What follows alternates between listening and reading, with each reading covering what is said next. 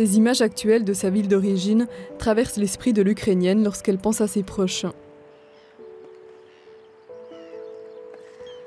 C'est mon amie, Nadia,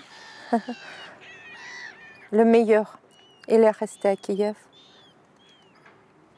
C'est mon mari, Alexandre, qui est mort il y a une semaine, le 2e octobre. Beaucoup d'entre eux n'ont pas quitté Kiev malgré les attaques de missiles. Au début, c'est le centre de Kiev.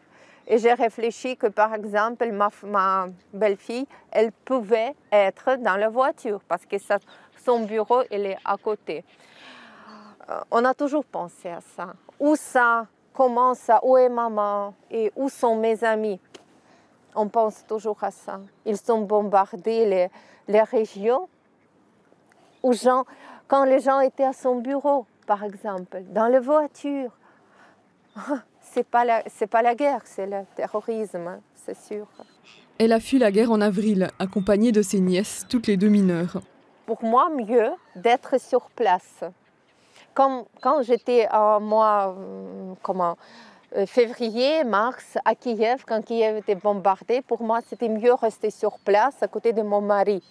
Je savais. Mais maintenant, c'est difficile, mais une fois, j'ai posé question à ma nièce, mais pourquoi je me suis ici? Mais mon Dieu, c'est bizarre.